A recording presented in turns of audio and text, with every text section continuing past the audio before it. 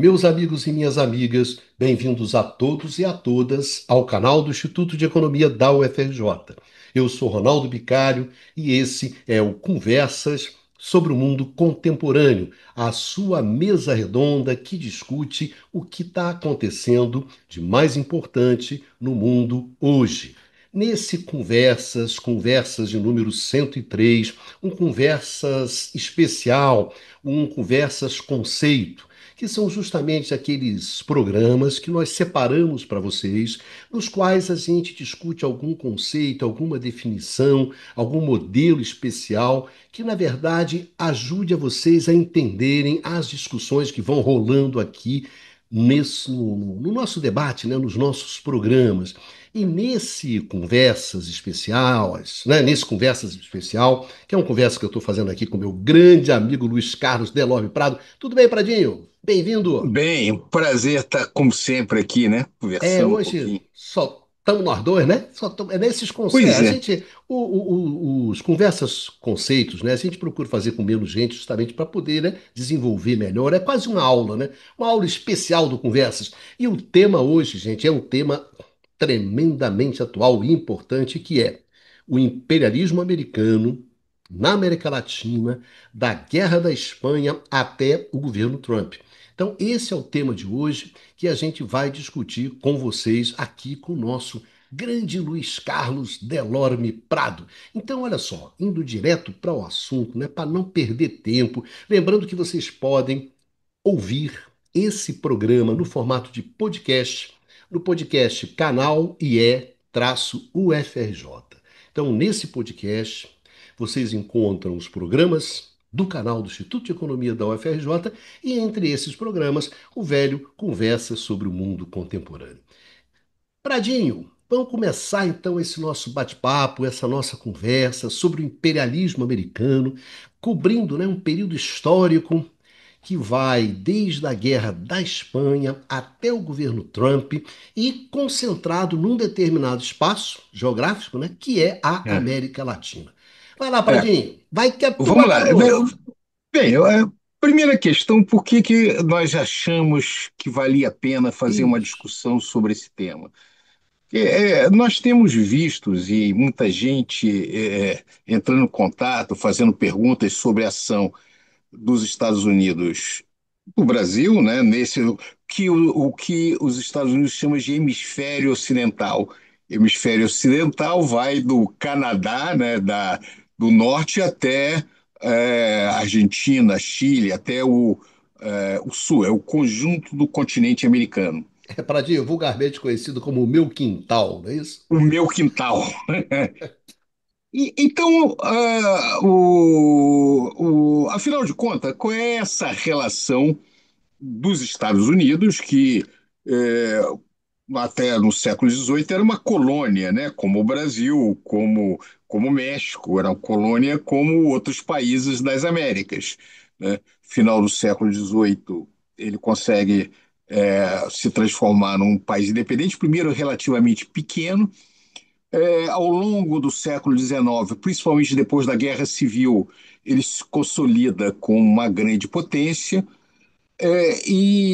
Há, antes disso ainda, uma série de ações de ocupação de território do México, de expansão no leste, mas o que nós estamos olhando aqui é principalmente quando os Estados Unidos deixam de ser apenas um país com importância local, regional, e se fica claro do seu papel, da sua capacidade de desafiar, inclusive, outras potências europeias, quando ele vence uma guerra contra a Espanha no final do século XIX, é, pega as Filipinas, né, viram colônias americanas até depois da guerra, da Segunda Guerra Mundial, Porto Rico, Cuba, é, pegando isso até o momento atual para nós entendermos um pouquinho essa relação complicada com o hemisfério e também entendermos, afinal de contas, o que, que quer dizer isto. Imperialismo é um desses conceitos que é muito falado e pouco compreendido, E é interessante a gente entender qual é o sentido dessa expressão. Né, Em Prado? primeiro Para lugar, sair um pouquinho, lembrar o pessoal que não é nós contra eles, não é isso? Não se resume essa exatamente, coisa. Pode ser que ali no meio da hora da porrada até se resumam nós contra eles, né? Mas, gente, o buraco é mais embaixo, tem mais coisa nesse angu aí, poxa. pois é, primeira coisa para a gente entender até o conceito de soberania, o conceito de Estado Nacional, o conceito de império, há alguns conceitos que nos ajudam a entender um pouquinho Não. essa, essa confusão no mundo contemporâneo. Em primeiro lugar, o império é uma entidade política que tem capacidade de impor seu governo, né, a grupos subordinados de diferentes etnias. O império não reconhece fronteiras, a não ser a imposição por força militar de outros impérios. Quer dizer, basicamente, quando a gente pensa no Império Clássico, o Império Romano, o Império Otomano, a China Imperial, é uma atitude que se tem, uma visão de que é um governo legítimo, universal, exclusivo, herdado da história e baseado no livre reconhecimento da desigualdade. É, Eu a- traduzindo, eu sou o dono do pedaço, né, Fábio? eu sou o dono do pedaço. Eu sou o dono do pedaço, sou o dono dessa porra. No, Na Europa, desde o fim do Império Carolíngio, nenhuma potência conseguiu efetivamente impor sobre as outras e criar um império que envolvesse o conjunto da Europa. E foi justamente depois de uma longa guerra, da Guerra dos 30 Anos, onde as potências da época é, levaram à morte um grande número de pessoas, inclusive a queda de população em várias regiões, é que se acordou no Tratado de Westfália, em 1648, um conceito de Estado soberano moderno, que depois foi chamado de sistema interestatal, né, das existências de vários estados independentes, onde as fronteiras eram definidas, onde se reconhecia que em cada território o poder estaria na mão do soberano, haveria uma soberania sobre um determinado território. Ninguém contestaria a legitimidade do soberano de governar, do sistema jurídico de se aplicar com referência a isso, com fronteiras bem definidas entre esses estados. Pradinho, o Veja, isso é, pessoal fala muito sobre Westfália, né? O que que foi? é isso que eu estou falando. Foi um tratado que encerrou a Guerra dos 30 Anos, né? A Guerra dos 30 Anos é de 1618 a 1648, que vai estabelecer essas bases do Estado soberano moderno, que justamente quando você pega antes de Westfália, essa ideia de soberania, tal como a gente entende hoje, ela não era muito clara. Como eu falei para você, o império tradicional não tinha fronteiras bem definidas. Na medida em que você chegava em áreas que se aproximava da fronteira, a presença do império ia ficando cada vez mais rasa, enquanto a presença de outro império começava a se colocar. Então, na verdade, os impérios se colocavam como universais. Eu vou me expandir até quanto eu puder. Eventualmente, você tinha regiões onde se reconhecia que encontravam dois impérios, onde tinha mais conflito, é claro. Inclusive, a figura. Essas regiões eram caracterizadas pelas chamadas marcas. O nobre medieval que lutava nessas fronteiras era o marquês, e por isso a sua importância dentro desse cenário. Mas depois da destruição do Tratado de Westfália, houve um acordo na Europa que estabelecia esses estados soberanos. Quer dizer, ou seja, não era um sistema feudal onde havia uma série de compromissos e sistemas, na verdade, jurídicos que se sobrepunham, você começa a criar um sistema unificado de Estado, começa a se consolidar a ideia do soberano todo-poderoso, do imperador ou do rei num determinado território que tinha condição de impor uma ordem de forma absolutista. O que é interessante, então veja, por que soberano? Porque naquele território só se reconhecia um poder que é do governante. Ele era soberano pela tradição, pela vontade de Deus, qualquer critério que você queira em torno disso. E os outros estados europeus reconheciam a soberania, ou seja, a exclusividade do poder naquele território de um determinado governante. Quando você tem a Revolução Francesa, e você derruba um rei absolutista, você começa a seguinte discussão. Afinal de contas, já não tem mais um soberano, ou seja, um rei, um imperador, que é o governante. Então, qual é a fonte última do poder? Quem é o soberano? Né? Onde está a soberania? E na tradição do iluminismo, a soberania era dada, né? O soberano era o povo. Mas o que é o povo? Aí você começa a complicar um pouquinho a história, né? O povo era um conceito um pouco abstrato e dentro da colocação daqueles iluministas que fariam parte das populações que viviam naquela região, que teriam uma cultura comum, uma língua comum, idealmente um passado comum, e seriam capazes de construir de forma comum o seu futuro. Só tinha um pequeno problema, que nessas regiões não havia nem unificação linguística, nem étnica, nem coisa nenhuma. E uma das questões que vão aos poucos surgir é a unificação linguística. Por exemplo, o Hobsbawm fala no seu livro sobre nações e nacionalismo que apenas 15% dos franceses falavam francês quando ao final da Revolução Francesa. Então, o que ocorre nesse momento é que você tem um processo de estabelecer uma língua nacional, normalmente associado a alguma obra de algum autor, por exemplo, o que é o italiano? É a língua de Dante Alighieri, a língua baseada na obra de Dante Alighieri. O português é a língua de Camões.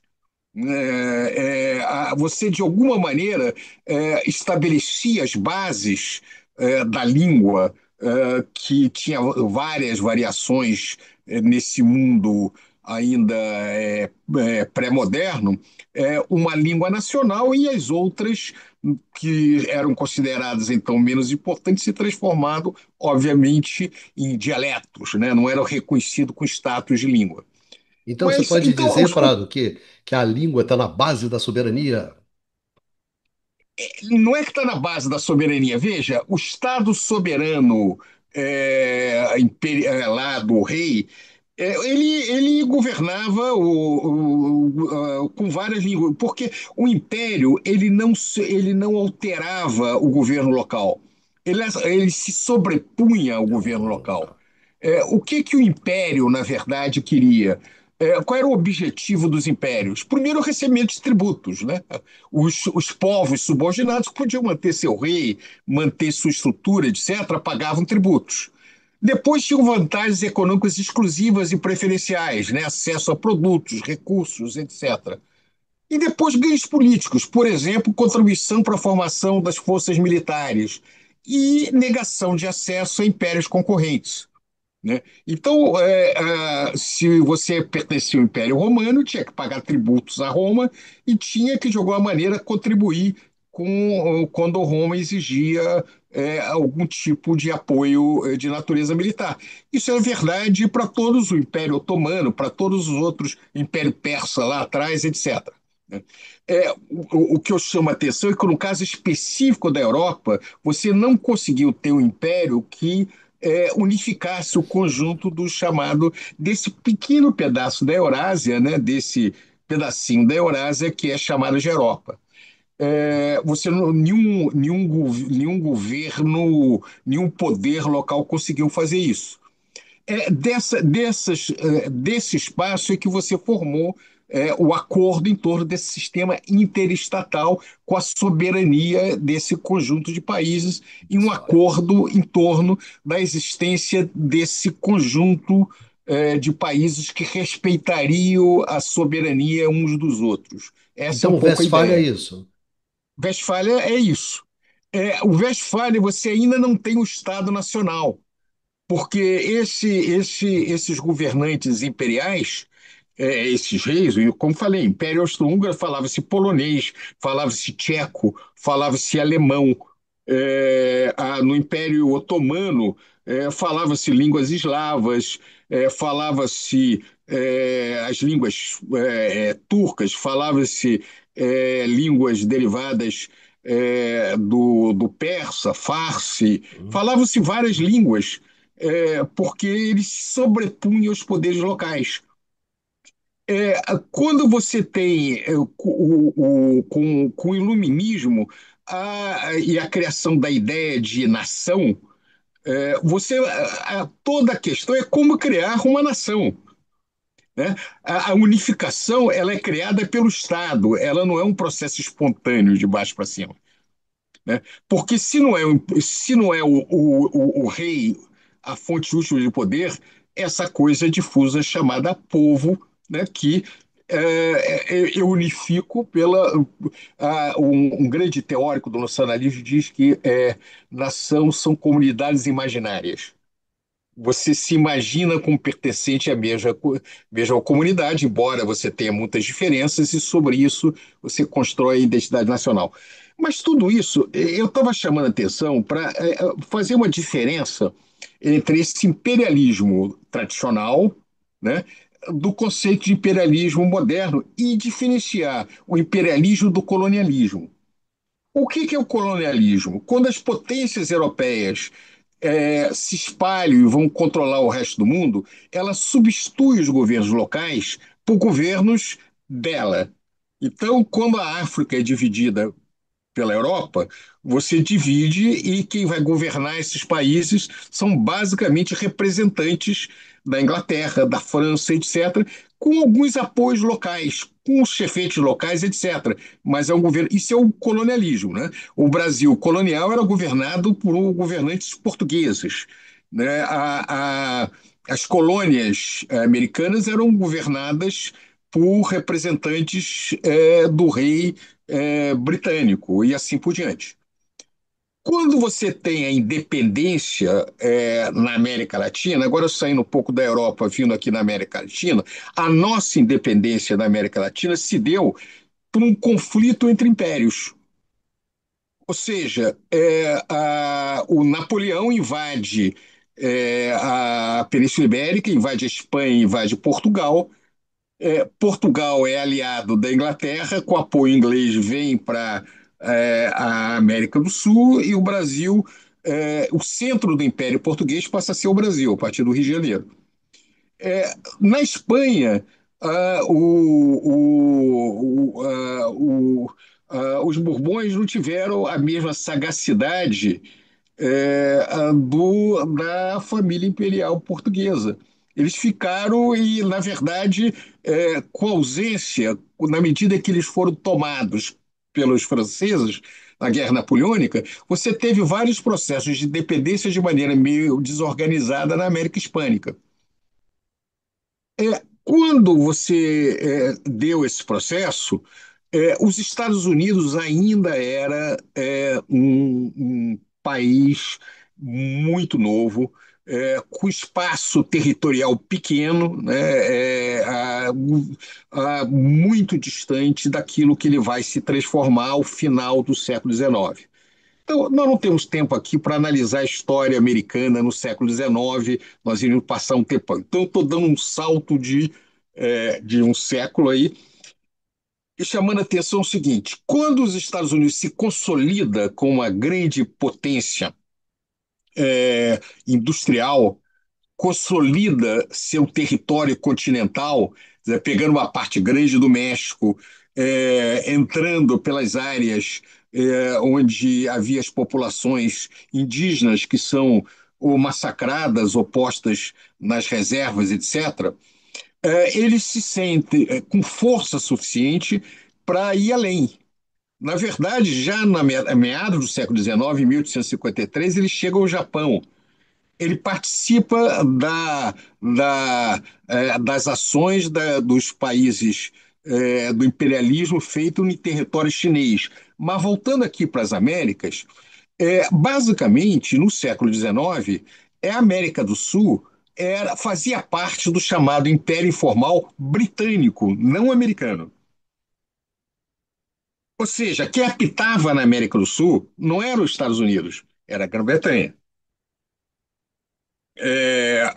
Então, embora você tenha a doutrina Monroe, onde os Estados Unidos fazia, acontecia, era Caribe, América Central, naquele lado de lá, né?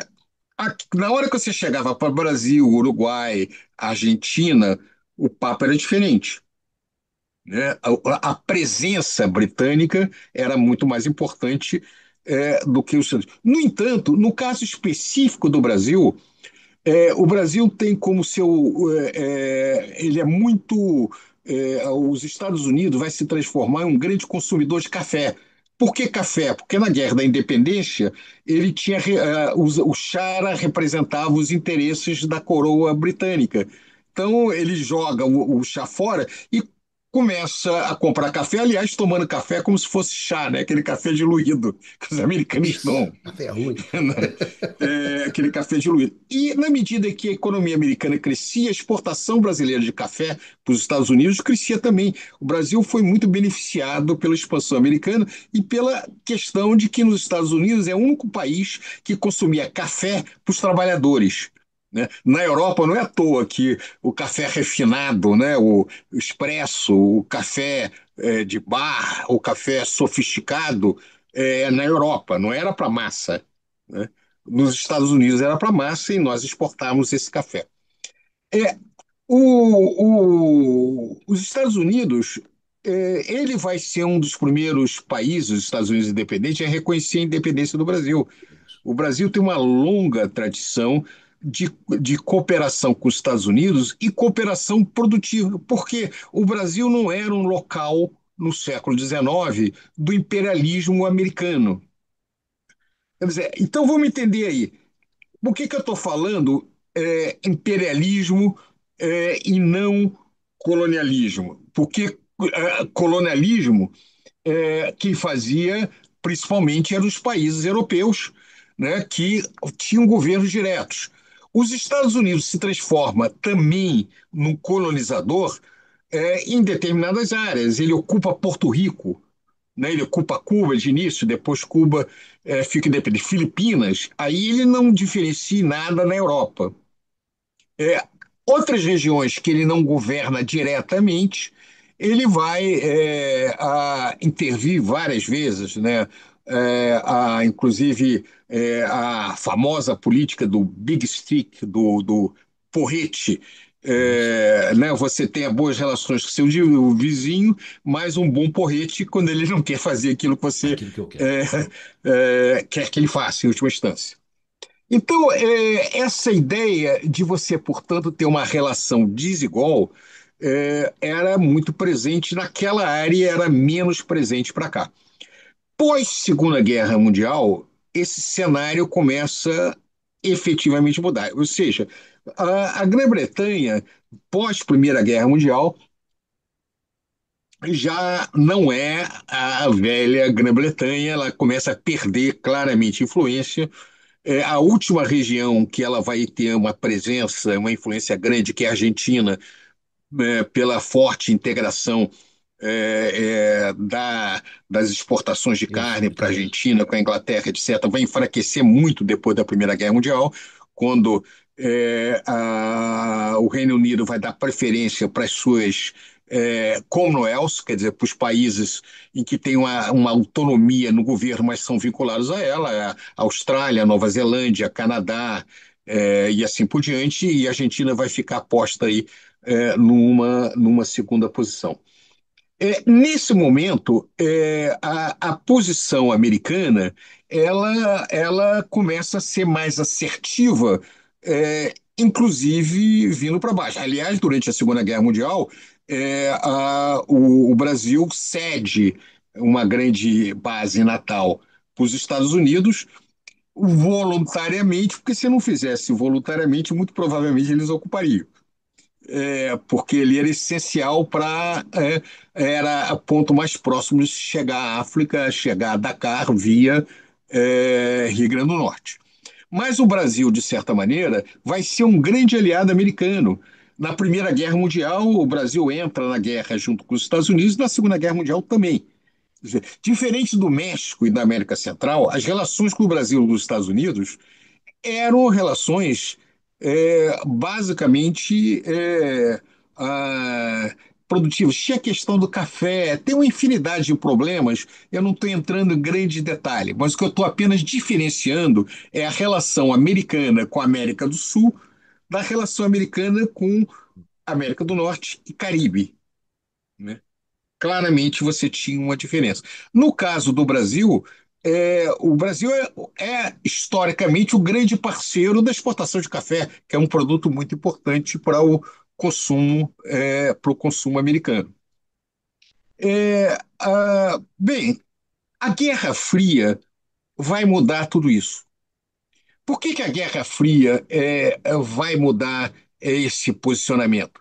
Porque os Estados Unidos, ele surge, a elite liberal nos Estados Unidos, é diferente quando a gente chama liberal no Brasil. Isso é interessante até para o nosso público entender. O liberal, usando a expressão dele, vem do Roosevelt. O Roosevelt falava que ele era um liberal reformista. Ele achava que socialismo ou social-democracia, alguma coisa do gênero, não pegava bem nos Estados Unidos. Então, ele se identificava como um liberal reformista. Então, desde então, os liberais, são os herdeiros do Roosevelt, né? Enquanto a direita seria chamada de conservadora. Enquanto nós chamamos aqui de liberal ou conservador e de progressista ou centro-esquerda, alguma coisa, o que eles chamam lá de liberal, no caso dos Estados Unidos. Mas os Bradinho, liberals, o só. establishment americano liberal, mesmo, né, durante a Guerra Fria, entendia que o seu papel era garantir a ordem mundial contra o caos que seria da sua ausência, né? A ideia de destino manifesto, que é muito importante no caso dos Estados Unidos.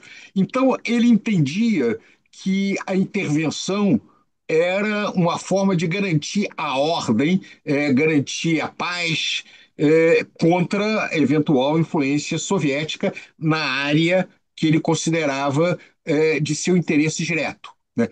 Particularmente, obviamente, o seu entorno, não é à toa que, no caso de Cuba, tem todos os problemas associados à proximidade com os Estados Unidos, mas também o conjunto do hemisfério. Então,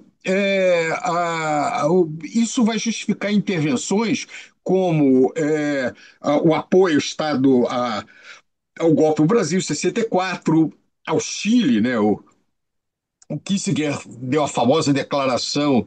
é, eu não sei por que a gente deve aceitar a ideia de que um povo possa democraticamente eleger, pela sua própria estupidez, um comunista ao poder. Ele justifica dizendo: nós estamos defendendo a ordem mundial, o nosso interesse. Argentina e assim por diante. Tudo isso você vai ter claramente uma participação americana, fora uma sucessão de intervenção, né? 1903, a construção do Canal do Panamá. A Colômbia vai ser muito afetada. Colômbia e Venezuela são áreas de transição entre o Caribe e a América do América do Sul. A Sul. América do Sul com a menor presença americana e Cuba e, desculpe, Venezuela e Colômbia com uma presença muito maior. No caso da Colômbia, é a construção do Canal do Panamá. Os Estados Unidos vai apoiar um movimento de secessão que vai criar o Panamá, que vai conceder um território para a construção do canal pelos Estados Unidos e assim por diante.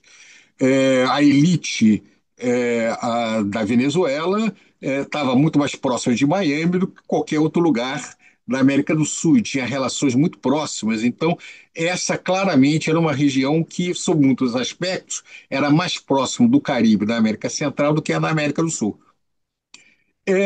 Bem, ah, de qualquer forma,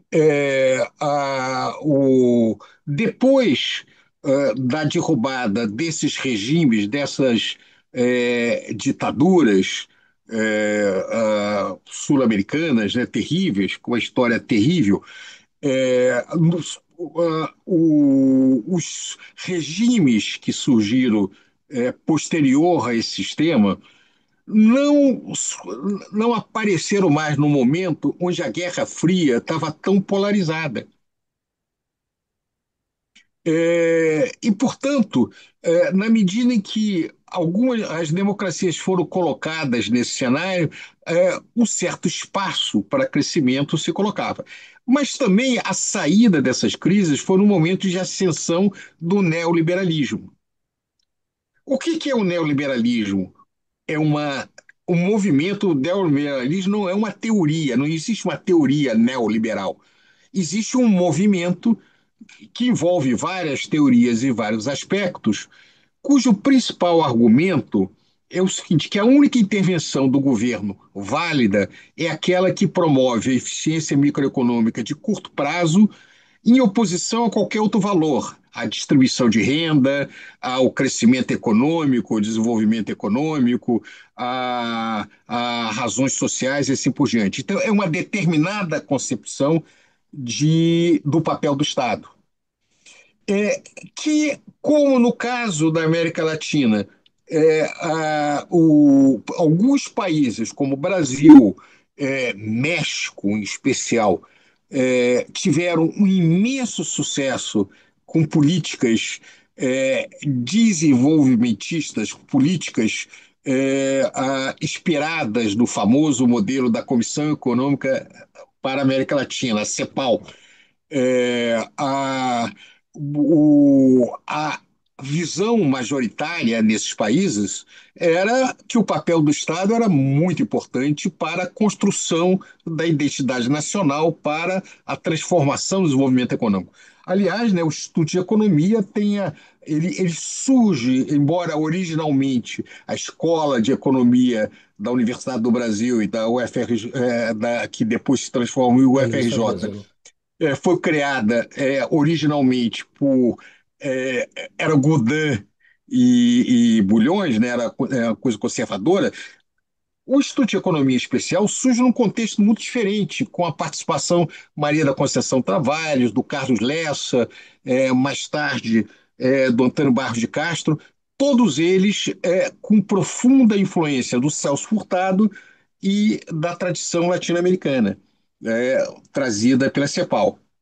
É só um pequeno comentário pro pessoal, né? O Prado, que você tinha a Faculdade de Economia e Administração, que era FEA, histórica, e o Instituto É. de Economia Industrial, que é criado pela Conceição, que é justamente a pós-graduação em economia e que depois vai se unificar, né, no Instituto, no que é o Instituto de Economia hoje, que junta tanto a FEA quanto o Instituto de Que Economia junta a parte de Industrial. economia, né, da antiga Isso, fé, exatamente. A pós-graduação com a graduação e forma o então Instituto é só. unificado esse processo todo. Isso. Mas o que eu chamo a atenção, então, que o que é o imperialismo quando você fala americano com referência à questão do continente?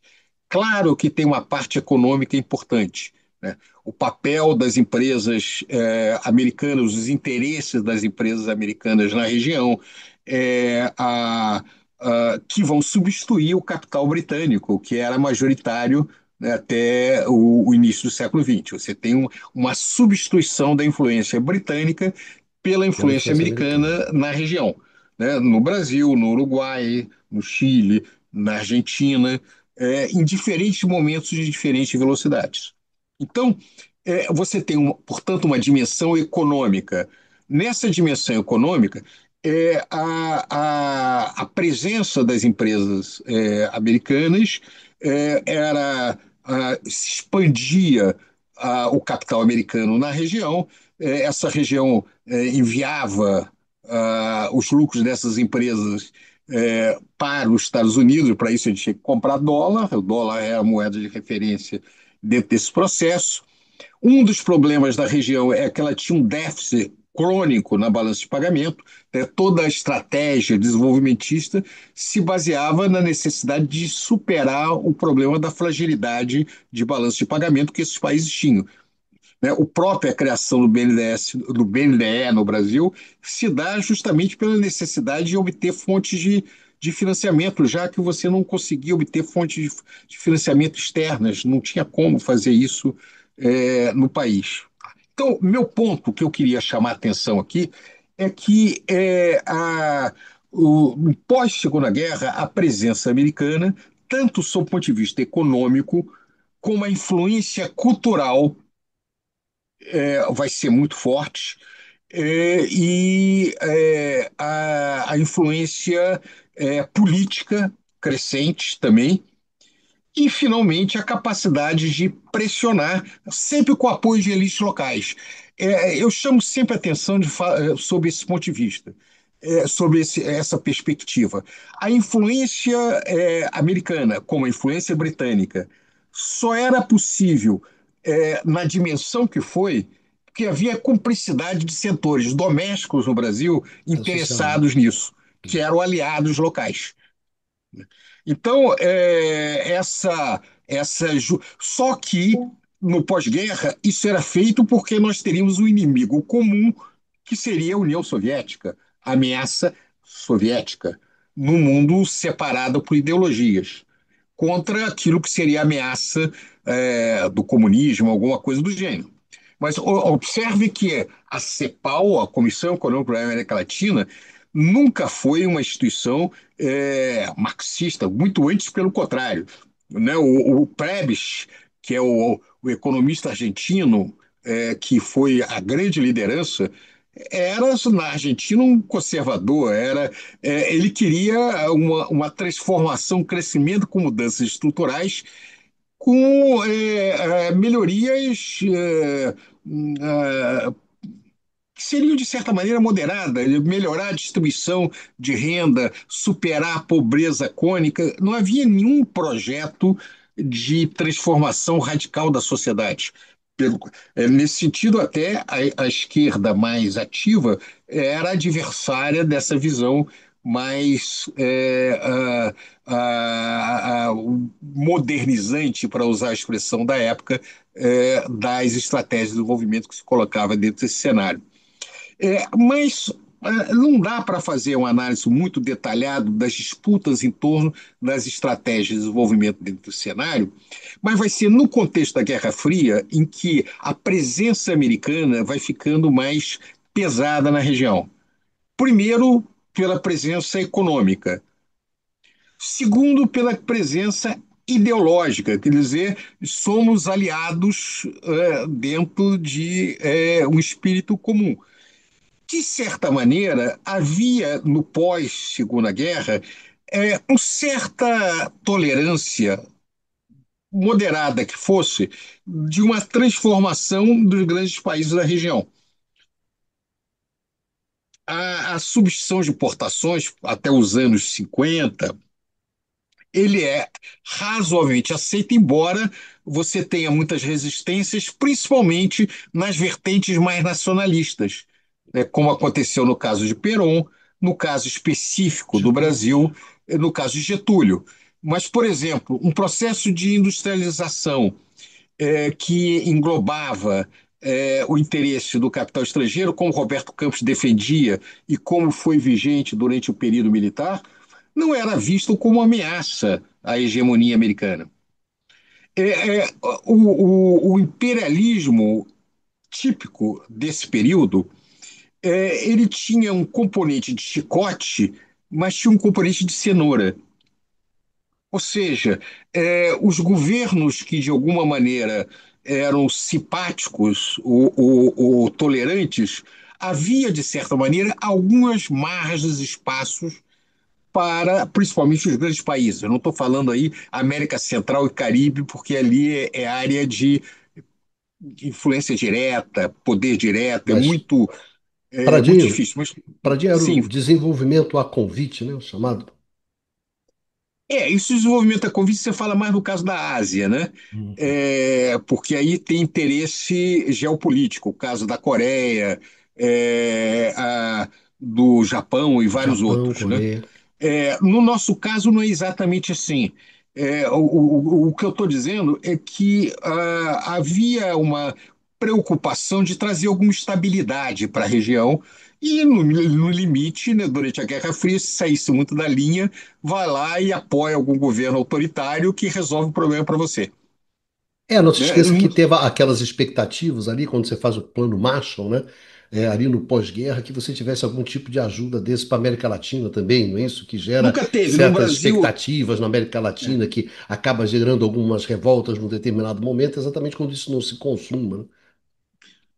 porque no Brasil o Dutra fez o famoso plano SALT, né, ele pretendia obter dos Estados Unidos apoio para poder, tal como no Plano Marshall. No Plano Marshall, uma transferência muito grande de recursos para, principalmente, a Europa.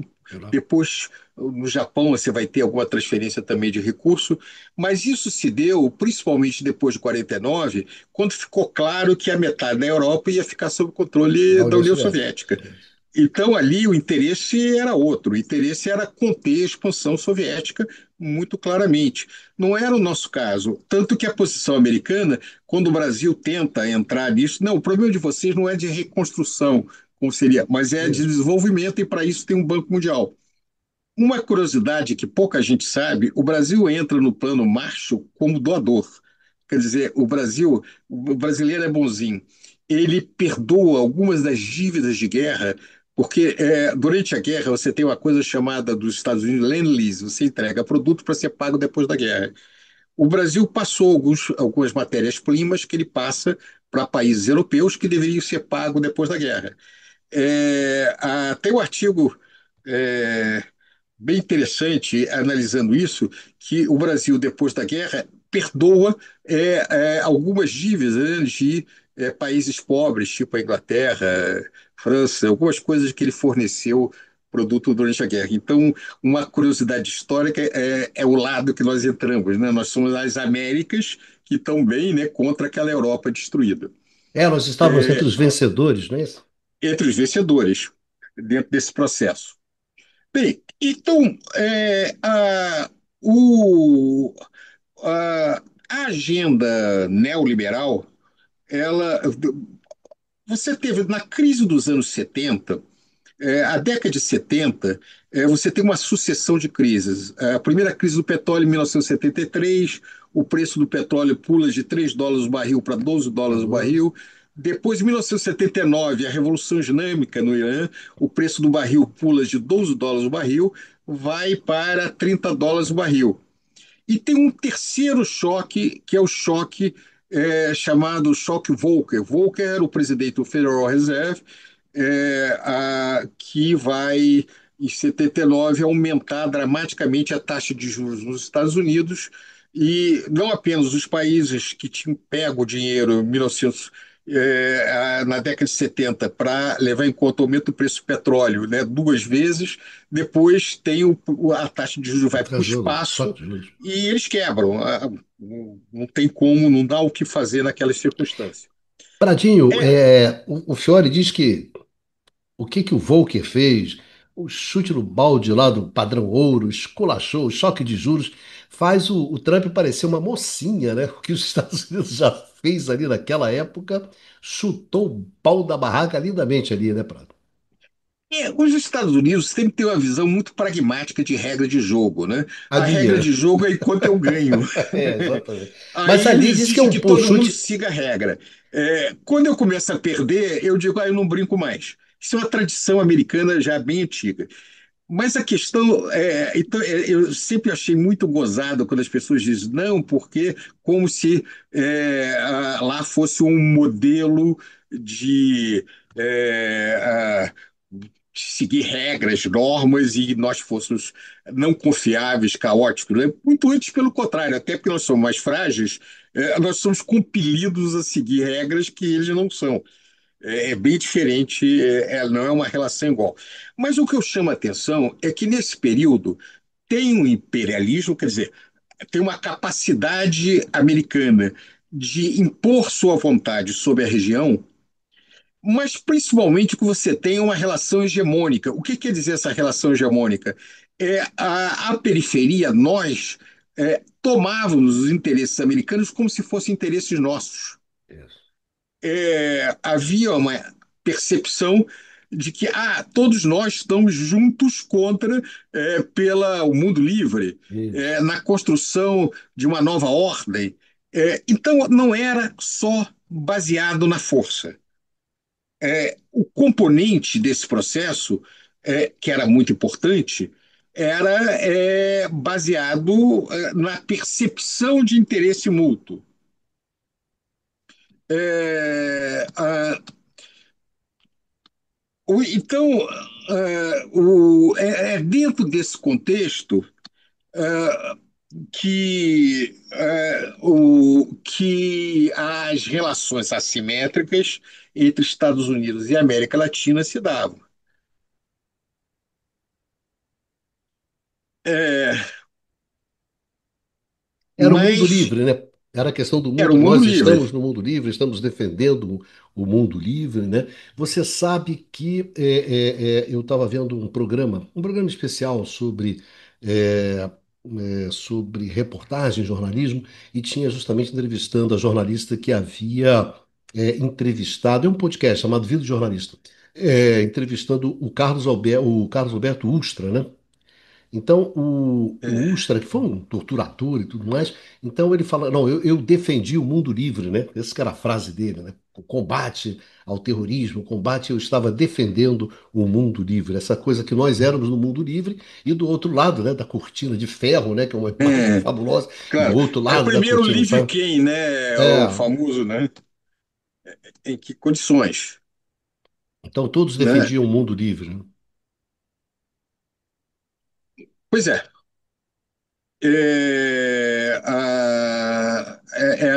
Era dentro desse contexto que efetivamente a situação se colocava, né? Então, voltando então um pouco para a situação, mas de certa maneira, apesar de toda esse cenário, havia, vamos dizer assim, algum tipo de percepção de que o interesse é o interesse comum, é o interesse coletivo e assim por diante. Além disso, os Estados Unidos vai ser responsável por criar as condições, a ordem econômica internacional. Por exemplo, evitar que os países, no período entre a Primeira e a Segunda Guerra Mundial, o aumento de tarifas, a disputa de tarifas, como está acontecendo agora, levou a uma situação de confronto entre países que contribuiu para a Segunda Guerra Mundial. Se você não tem um mecanismo de negociação, eu aumento a tarifa, você aumenta, e nós vamos disputar terceiros mercados, você começa a criar um cenário que, no limite, leva a um conflito. A criação primeiro do GATT, depois da OMC, da Organização Mundial do Comércio, era uma maneira de evitar essas relações conflituosas entre os países. Né? Você procurava, de alguma maneira, evitar esse tipo de conflito. Bem, então, o ponto é que os Estados Unidos criou, no pós-guerra, na região, uma estrutura de poder, né, onde, muito dura no caso do Caribe e da América Central. O México, as relações com o México eram mais complicadas, porque o México é um país grande, o México, obviamente, ele temia uma relação, a ameaça americana, que era sempre presente, né, como o ex-presidente mexicano falava, né, pobre México, tão longe de Deus e tão próximo dos Dos Estados Estados Unidos. Unidos. Mas era uma grande potência, os outros não, ele fazia e desfazia como ele queria. Na América do Sul vai ser diferente e vai crescendo nas condições da Guerra Fria, mas sempre com uma capa de nós somos parceiros, né? Há um interesse comum. Portanto, né, com um olhar muito mais, de alguma maneira, tentando se diferenciar da ex-colônia. Porque o argumento da doutrina Monroe se coloca como anticolonial. Dizer, nas Américas, ninguém deve ser colônia da Europa. O sentido original não era eu substituo pelos Estados Unidos como, colônia, como colonizador. Né? Esse papel de colonizador ele vai adquirindo lá no decorrer do século XIX, ele vai mudando de característica na medida em que ele deixa de ser uma ex-colônia e se transforma numa grande potência econômica e militar. Né? Ele muda o seu caráter no decorrer do tempo dentro desse cenário. Porque tem, engraçado, né? Tem um simbolismo da questão anticolonial, da questão americana, que a gente lembra da participação, quer dizer, da admiração dos Inconfidentes, né? Da Inconfidência Mineira ao Sim, modelo claro. americano, quer dizer, há uma tentativa, inclusive, de estabelecer relações, né, dos Inconfidentes com Thomas Jefferson, etc. Então, isso, olha só, a Inconfidência Mineira, né? Então, era a luta contra os colonos ingleses, então nós também lutaremos, né, contra a Inglaterra, nós lutaremos contra Portugal, etc, etc. Quer dizer, As elites brasileiras, veja, a República Americana tinha duas características interessantes. Tinha uma que era a democracia, a representação, o direito de todos, etc. Outra era a ideia da federação, do federalismo, isso, muito do forte. poder regional, etc. As notas elites, né, no final do século XIX, quando elas olhavam para os Estados Unidos, elas viam apenas uma coisa que eles tinham interesse nos Estados Unidos, que era o federalismo, era o poder local contra o poder unificado do Império. Isso. Não a parte republicana, tanto que, ou seja, a parte do direito das massas. Tanto quando você tem a República, a Aí primeira privatiza. grande disputa que você tem é o reforço, né, do poder das elites locais, né, Isso. de fazer o que quer sem dar, sem prestar contas a ninguém, de certa maneira, né? Foi o que eles pegaram dos Estados Unidos. Da mesma maneira, a Revolução Americana, diferente da Revolução Francesa, que tem uma presença popular muito grande, a Revolução Americana é muito mais uma revolução nesse sentido, de determinados segmentos com a presença muito mais forte de interesses de elite. No caso da Revolução Francesa, que também tem isso, mas é muito mais complexa, porque tem o sans-culotte, tem várias outras Isso. coisas. Então é um pouco diferente. Mas, de qualquer maneira, para a gente não se perder nessa infinidade de situações, Ninguém foi parar na guilhotina nos Estados Unidos, não é isso? ninguém foi parar na guilhotina nos Estados Unidos. De certa maneira, né, os grandes proprietários de terra, e o Jefferson incluído, né, escravistas, Isso. etc., Escravício. saíram muito felizes do processo. Os pais da pátria, não é isso? Né, os pais da pátria, aquela coisa toda. Então, voltando à situação, o neoliberalismo que chega na Europa e nos Estados Unidos por razões internas desse país, da crise do modelo chamado sistema de Bretton Woods, do pós-guerra, Isso no final dos é, anos 70. na América Latina, ele não surge de baixo para cima quando surgiu no caso, a Thatcher e, de certa maneira, o governo Reagan, que tinha uma forte base popular nos dois casos.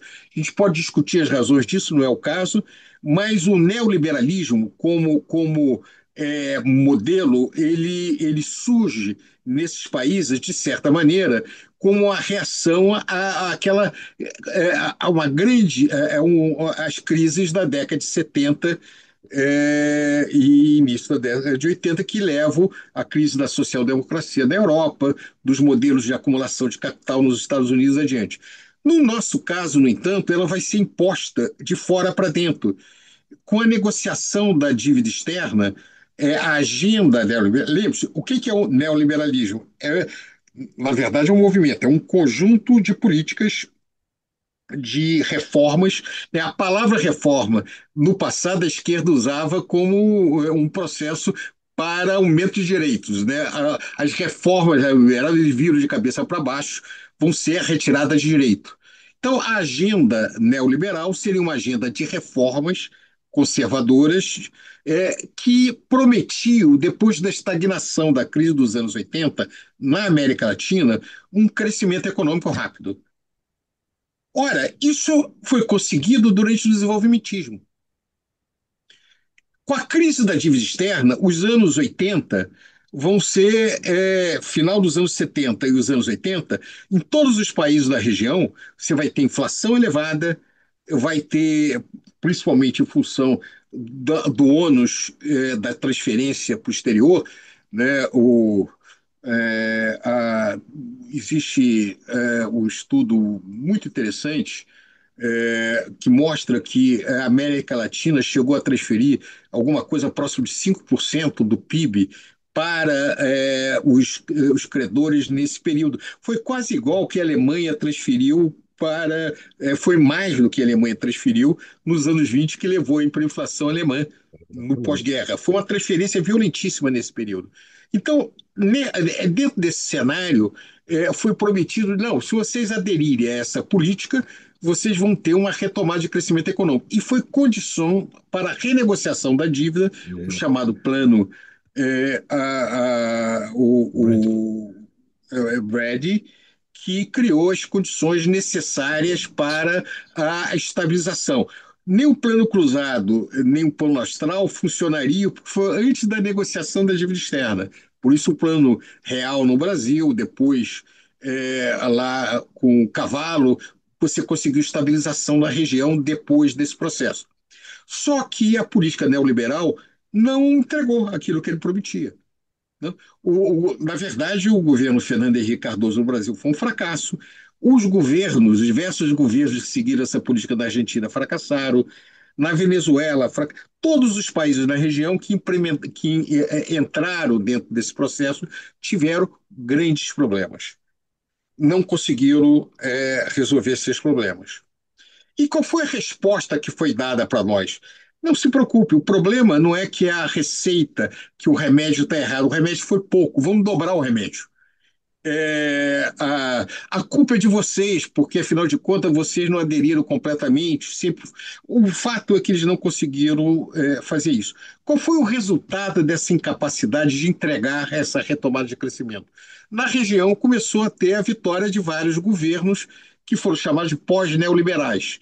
Não chegavam a ser governos pesadamente de esquerda, mas tinham políticas progressistas que não existiam no período anterior.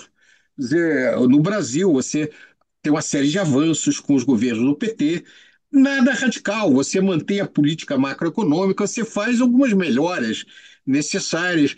A Argentina é bem mais complicada, porque os peronistas são muito complicados, os governos da concertação do Chile vão avançar muito. As pessoas sempre confundem, né, que o grande sucesso da economia chilena não foi no período Pinochet, foi principalmente depois de 85, depois de governos mais progressistas conseguiram, de alguma maneira, fazer alguma compensação entre esses cenários. De qualquer maneira, isso gerou uma sensação de desafio, mas muito moderada. Embora você tenha tido vários momentos de oposição por grupos, porque quando a gente fala dos Estados Unidos, é muito complicado essa literatura, principalmente na internet geopolítica, fala dos países, comunidades homogêneas, os Estados Unidos, a Europa, o Brasil, a Rússia. Tudo isso é bem mais complicado. Não há interesse nacional claramente definido, há grupos diferentes que se movem em situações diferentes, mesmo nos Estados Unidos há vários interesses conflitantes, então sempre a questão é um pouco mais complicada. Então, no Mas, caso, Prado, fala, só um comentário aqui que eu estava pensando quando você estava colocando. Se ali nos anos 50, nos anos 60, se a gente olha os anos 50, os anos 60, essa questão do imperialismo é muito forte, né? No seguinte sentido, que Yankees go home, não é isso? Abaixo o imperialismo, quer dizer, o movimento Existia de uma esquerda, resistência grande, existe uma reunião, mas no bojo da Guerra Fria. A isso, mas resistência isso é era no muito. bojo da Guerra Fria. Isso, mas isso que eu estou te falando, é muito marcado, né? O imperialismo yankee, o imperialismo americano, isso no lado da América Latina, né? E se você pega os movimentos de esquerda no Brasil, se você pega os movimentos de esquerda na Argentina, no Uruguai, né? Os montoneiros, pega os tupamaros, vai pegando, tem sempre essa questão do Yankee, né? Volto para casa, go home, abaixo o imperialismo americano, isso é muito forte marcado ali, né? Não, E e ao conflitos de passo. nacionalização, né? No Brasil, Isso. aqui, a questão do Brizola com.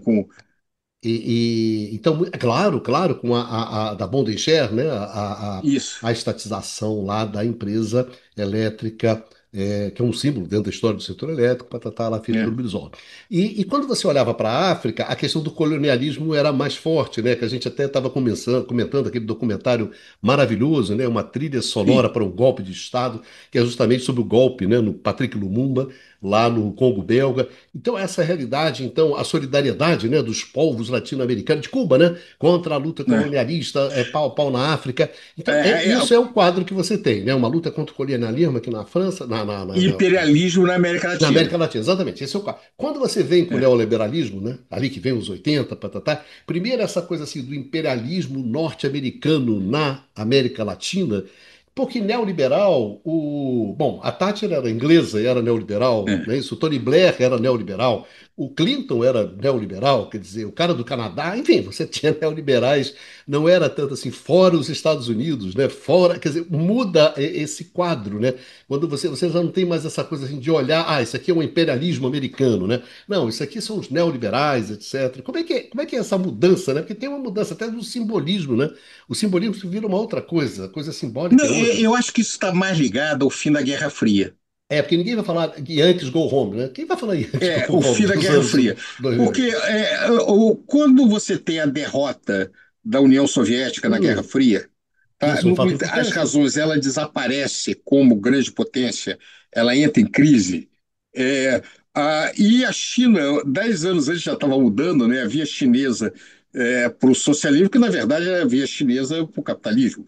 Quer dizer, o modelo chinês de capitalismo que era diferente, etc. Não, Então, a os Estados Unidos estão experiência jogando ping-pong, né? é, Aquela coisa não, ali da ainda era o política velho da. modelo maoísta, mas depois desse processo. Isso. Mas, basicamente, o ponto para chamar a atenção é o seguinte: essa disputa da Guerra Fria, por bem ou por mal, a polarização entre um sistema baseado numa visão, numa teoria marxista que formava um tipo específico de sociedade, que era um tipo específico de economia baseada numa economia de comunidade. Isso é importante explicar para as pessoas que estão nos vendo aqui, que é o seguinte: o que caracterizava o modelo soviético era o modelo que todas as decisões eram feitas por um órgão de planejamento central, que era a Glospan, no caso da União Soviética. A visão é que o país funcionaria como se fosse uma grande empresa, uma empresa que governasse tudo, do ponto de vista econômico. É, Essa era um pouco dessa visão. Por isso, o debate econômico de intervenção do Estado na economia não tem nada a ver com a disputa entre regimes, porque o Isso. modelo da economia de comando da União Soviética, você não tem intervenção do Estado, era o Estado que tomava todas as decisões. Intervenção do Estado é um debate na economia capitalista. Se os mercados seriam autorregulados, portanto não precisavam da intervenção do Estado, ou se o Estado deveria intervir para corrigir falhas de mercado, uma série de situações do gênero. Parada, a Então, questão não era o Estado comunista, mas era o Estado do bem-estar, né? O embate que se dá na Europa, né? sim, era um tipo, qual era o tipo de capitalismo que você Isso que deseja? você aqui. O estilo de capitalismo. Então, a primeira confusão é o seguinte: o fato de o Muro de Berlim ter caído ou não, não tem nada a ver com a política do governo Lula de fazer política social. Isso não tem nada a ver com o modelo marxista-leninista da União Soviética. Porque no caso específico, o que você está trabalhando é o seguinte: quem produz é uma economia de mercado, né, controlado por capitalistas, que você vai mexer no cálculo econômico, estimulando algumas coisas, corrigindo algumas injustiças, fazendo algumas intervenções pontuais. Então, o que se trata daí é dizer o seguinte: olha, se você não regula a economia, vai dar mal, como aconteceu no período de pós-guerra, entre a Primeira e a Segunda Guerra Mundial, que deu uma crise gigantesca. E nesse E sentido, depois, quando você desregula, pós-década de 90, no início do século XXI, você vai ter uma grande crise em 2008 também. não, e tem uma coisa aqui importante, que é a inflexão feita pelos grandes partidos socialistas europeus. O Partido Socialista Espanhol, o Partido Socialista Francês, depois do início, né, com Mitterrand, muda, o Partido Trabalhista inglês, quer dizer, os grandes partidos socialistas, esses grandes partidos que, digamos assim, era aquela esquerda que era capaz de ter vitórias eleitorais que né, davam acesso ao poder e a fazer coisas. Quer dizer, há uma inflexão significativa disso, né? A Thatcher, o embate da Thatcher é com o Partido Trabalhista inglês, não é isso? Tanto é que o Partido Trabalhista que sai depois é um Partido Trabalhista neoliberal, né? Que é o Tony Blair, que é uma outra coisa É, dos trabalhistas dos anos 70. Isso vale também para o caso dos americanos, né? Se você pensa no Johnson, se você pensa no John, até o Carter, né? O Carter é uma boa imagem disso, de um partido democrata mais da grande nação, da questão dos direitos civis, etc, etc. E o Clinton, né? O Clinton é outra coisa, não é o partido democrata do olha, Johnson, do Kennedy, enfim, eu estou mas foi o chamando a Carter que atenção botou para Volcker isso. no poder, tá? Quem nomeia Sim, Volcker mas o que eu tô, é mas isso é Carter. um processo no qual você está em Claro. transformação, no qual justa isso é bem representativo disso. Digamos assim, essa esquerda democrática, social-democrática, de um lado, de outro, do Atlântico, está num processo de transformação. Ela começa a adotar uma política neoliberal, abrindo um vazio gigantesco dentro da política, onde aqueles ideais mais da esquerda, mais coletivos, etc., desaparecem, não encontram representantes, não é isso? Esse é o ponto. Deixa eu só pegar por esse lado, que é a coisa importante. Você tem, na verdade, por isso que eu chamo a atenção que neoliberalismo é um movimento. Existe Isso. muitos E tem tudo no neoliberalismos, meio, né? tanto que eu uso a expressão neoliberalismos. Então, você tem um liberalismo mais conservador, à la Reagan e Thatcher, e um liberalismo que é tolerante na parte de costumes, mas é tão é, liberal na área econômica quanto o Reagan e a Thatcher, Exatamente. né? Então ele aparece, quer dizer, qual é a diferença do Clinton? Porque ele é um cara legal, toca sax, favorável a uma visão de mundo modernizante, faz avanços na área de costumes importantíssimas, Mas quem desregulamenta os bancos, né? mas de regulamento dos bancos. Quer dizer, mas o fato é que, até então, o neoliberalismo está conquistando, ele está lutando por corações e mentes. Ele quer ganhar economicamente, mas ele não quer ganhar economicamente apenas impondo via força. Ele quer ganhar economicamente, mas dizendo o seguinte: eu vou convencer esses caras de que é bom para eles também. Olhem para mim, vocês vão ficar como eu, Ué, né? uma parte da academia, da universidade, é neoliberal, não é isso? Passa a ser Assim, neoliberal, defender os não, interesses neoliberais. olha, porque você olha, eu quero ser assim, eu quero ser Isso. essa sociedade sofisticada, com um presidente que ajuda em casa a mulher, na disputa, coisa. Isso é claro que isso é uma coisa muito importante, muito legal, e é um grande avanço civilizacional, mas não resolve tudo. Né? Não resolve tudo. Nós temos uma série de outras questões, desde as questões de classe, outras questões de dimensão de uma série de outras dimensões, inclusive as questões de discriminação de toda a ordem, etc. Mas, Praga, Mas, qual é a face do imperialismo que se mas tem o que eu quero, justamente tudo isso, nessa fase neoliberal, nessa fase que o, vai até o o meu Trump ponto é o chegar ao poder, sei seguinte: lá, grosseiramente? essa agenda neoliberal fracassou. ela não consegue mais ganhar eleições sozinha, Em nenhum lugar é, do mundo, né? Os em partidos nenhum lugar do socialistas, mundo. todos eles vão dançar, né? É, Dança o Partido quando Socialista não francês vai tem. pro vinagre, os trabalhistas Pois viram uma é, coisa sem nada, o Partido mas qual Socialista é, alemão, né? Vira um negócio que sei lá é, o que que é aquilo.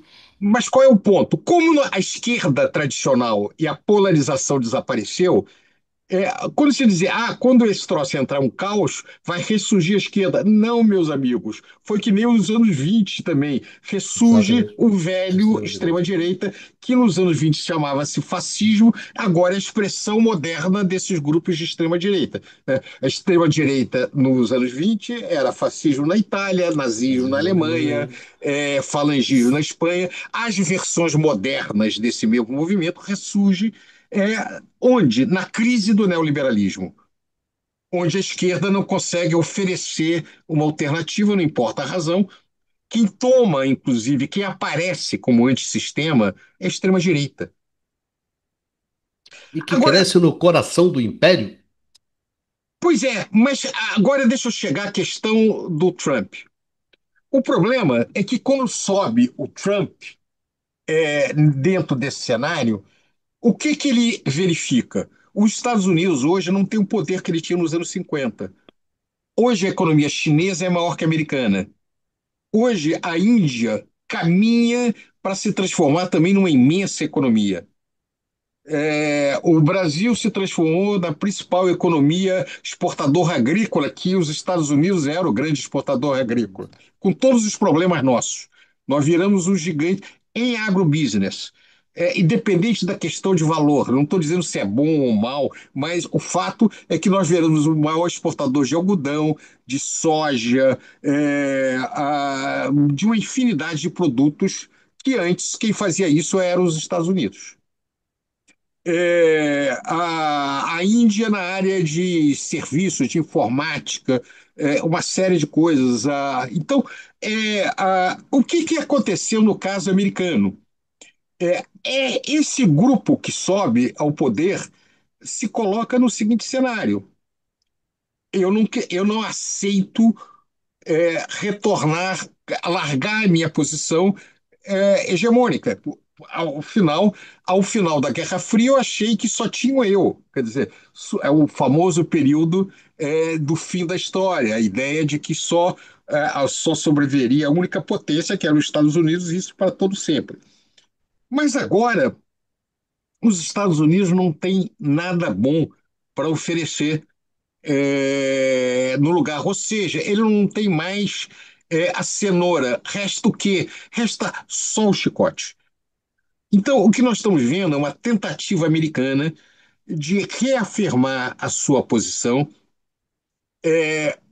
não com aquele combinação de imperialismo e ações hegemônicas que você teve na América do Sul, algumas vezes com intervenções muito duras, outras vezes com algum mecanismo de cooptação, com alguma concessão, mas agora eu só tenho instrumento, quer dizer, pague para mim, ou senão será pior. Eu tenho a extorsão pura e simples, né? Eu tenho uma relação que é uma relação em que eu não tenho mais a ilusão do seguinte: você vai se beneficiar de alguma coisa. Não, você vai perder. Isso. Você pode perder mais ou menos, você já perdeu. Eu negocio com é, é, ah, uma arma na mão, dizendo assim: ou você me concede, ou a sua situação será pior. Qual é o problema dessa situação, né?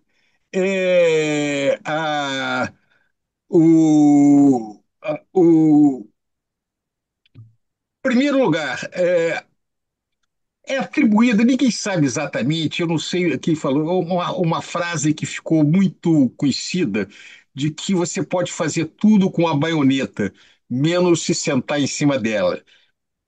Acho que era, É, não sei se é o Napoleão, não tenho certeza, mas ou era o Napoleão ou um dos generais do Alemão. Eu acho que era o Napoleão, Napoleão tem algumas frases que eu que sei não dele são que é dele, né? fantástica. Nunca interrompa seu inimigo enquanto ele estiver cometendo um erro. Isso. Mas enfim, cara. A ideia de quem teme ser vencido tem certeza da derrota. Todo homem luta com mais bravura pelos seus interesses do que pelo seu direito. Ele tem uma infinidade, ele é um Isso. grande frasista, né? Mas o fato é o seguinte: o fato é que, porque essa ideia de eu vou impor, eu vou ganhar na força e eu não vou dar satisfação nenhuma, eu sou o bully do pedaço, né? Eu sou o valentão do bairro, historicamente se mostra instável. Por quê? Porque do outro lado, de alguma maneira, a pessoa diz: Não, eu estou perdendo, mas tem outro lado, tem tal situação. Mas no momento que diz: Minha amiga, você vai perder sempre, é isso mesmo, aceita que você vai perder. Você vai procurar alianças para derrubar isso. Não é um cenário estável. Então, o que eu vejo hoje da forma aberta, ou seja, da generalização do Big Stick do início do século XX para o início, para essa segunda década do século XXI pelos Estados Unidos no conjunto do continente. É complicado. O Brasil não é Honduras, é o Salvador de 1915. É mais difícil, né? É uma economia grande, tem alianças, tem uma série de situações. Isso quer dizer que a gente passa incólume? Longe disso. Né? A visão que eu tenho é que antes de melhorar, vai piorar muito ainda. Mas, de alguma maneira, vai piorar porque cada vez mais vai ficar a posição americana, vai ficar claro que vai ser muito difícil impor a agenda deles sobre o Brasil. A agenda americana sobre o Brasil não é estável. A questão comercial é complicada, porque o Brasil vai encontrar outras saídas. Tem a questão financeira. A questão da regulação das big techs não vai conseguir muito, porque nós vamos fazer isso daí. O que ele pode conseguir? A desestabilização do Brasil, porque a gente tem um grupo de traidores, não tem que botar outra palavra, como exatamente o que você tinha na França com Vichy. Era um grupo de pessoas que são mais identificados com o outro país, embora até se visto de verde e amarelo, pouco importa do que se visto, importa qual é a sua lealdade. Né? A lealdade a posição americana no interesse brasileiro, de alguma maneira, se ele conseguir desorganizar o país para que esse grupo volte ao poder, ele ganhou. Na região, a disputa dele é essa. Na Argentina, agora, ele tem um aliado. Mas a pergunta que não quer calar é o seguinte: será que ele consegue manter esse aliado aí adiante? E se o Milei perder as próximas eleições, o que ele vai fazer? O que o governo americano vai fazer? Vai de alguma maneira não aceitar de alguma forma? Porque esse cenário não está afastado, né? Então, o problema é que o uso apenas da força para impor o seu poder não é estável. É, Agora, isso não quer dizer, ou seja, esse é o ponto que eu chamo a atenção, Bicário, é que o eventual ganho americano, é, eu não sei se tem ganho ou não, mas o que ele ganha de impor a sua agenda de maneira tão dura no resto do mundo é que a perda do resto do mundo é muito maior do que o eventual ganho americano. Então, o resultado líquido é uma piora do mundo como um Generalizado. todo, generalizada. Não é um ganho de Esta soma zero, né? situação Não é um jogo de não soma é, zero. não é estável. Não é o estável. Não, é um jogo de soma negativa, né? Nem Isso, zero. exatamente, não é um jogo de soma zero. Onde você ganha, o outro perde e faz o. Não, aqui Não é não. isso, é Aqui negativa. é negativo. É uma outra história. Então, o cenário, de alguma maneira, isso vai se resolver. Você pode se resolver num conflito monstruoso de uma desorganização da sociedade, num período de instabilidade, mas não é estável. Não é um sistema de dizer, eu consigo manter isso daí por 20 anos. Não consegue manter isso por 20 anos. Pratinho, tem uma questão nisso que é o seguinte: quando você fala sobre é, esse tipo de aliança da extrema-direita, no caso brasileiro, a interesses que são interesses externos. Pegar assim, o caso bastante claro do bolsonarismo, né, no qual você se alia aos interesses americanos contra os interesses brasileiros. Coisa desse tipo. Então, isso é uma coisa que está explícita no comportamento do Bolsonaro, está explícito no comportamento dos filhos, do próprio bolsonarismo, né, buscando É. uma aliança com o governo Trump e mesmo impingindo perdas significativas para o Brasil, para a população brasileira, para a economia brasileira, etc, etc. Ponto. Isso é E uma mesmo coisa. depois, se eles vencerem, a ideia de que o interesse americano se sobrepõe ao interesse brasileiro, Isso, isso é eu inequívoco acho que isso, neles. isso é uma questão. É. Tudo bem. Essa questão é uma questão que a gente A vê, que é questão uma não é questão. eventualmente a situação hoje do bolsonarismo, né? Se eu tiver o poder, eu aceito a É, ideia de que o interesse americano se sobrepõe ao isso, o interesse interesse brasileiro. brasileiro. Eu estou confortável com isso. Mas tem uma pergunta que eu te falei, que aí é uma pergunta mais histórica tem muito mais a ver com essa discussão toda que a gente está tendo aqui, que é o comportamento da elite brasileira. Tá? Esquece o bolsonarismo. Vamos deixar o bolsonarismo ali de lado. Já sei o que que é, a jogada dos caras é essa. Mas como vai se comportar essa elite, que de uma forma ou de outra sempre foi associada a esses interesses, muitas vezes se associou a esses interesses, não só da elite brasileira, mas da elite Claro, argentina, você pode pegar a elite na América claro. Latina, etc., tremenda de uma quinta coluna, não é isso? Quer dizer, eu acho que essa pergunta é mais importante, porque a questão do bolsonarismo está ali, eu vejo, eu olho, ah, não, tá certo, tá, tá. E agora? E qual é o comportamento da elite brasileira? Qual é o comportamento do. Ou você faz por segmento, por fração, né, como diria o nosso velho amigo Pois é, Eduardo Costa Pinto, a fração financeira, a fração do agronegócio, a fração da indústria do que restou, enfim, como é que se dá esse jogo? Né? Gostaria de perguntar isso ao velho Eduardo Costa Pinto, né, nosso parceiro, que gostava é, dessas coisas. eu gostaria muito que ele tivesse aqui agora, mas veja só, como é que eu vejo isso? Do passado, é, essas pessoas podiam legitimamente dizer o seguinte: não, eu estou defendendo o interesse brasileiro também, porque, Isso. afinal de contas, há um interesse recíproco, É, né? Eu estou vendendo, eu estou comprando, está havendo tal e tal coisa. O que há pouco tempo eu vi no jornal, para não errar o nome do banqueiro, eu vi um banqueiro falando: não, mas é muito arriscado entrar em confronto, né, com os Estados Unidos, etc. É profundamente arriscado, isso é o mas é cara do muito mais Bradesco, né? arriscado, O cara do mas é muito Bradesco. mais, mas é muito mais arriscado não fazer nada, né? Porque como é que eu acho que a sensação para mim dessas pessoas é o seguinte: é muito complicado para uma parte razoável dessas pessoas que são educadas, mais refinadas, abertamente dizer o seguinte: eu aceito uma situação onde o interesse brasileiro se subordina claramente ao interesse americano. Num ponto. O que é soberania? O ponto básico da soberania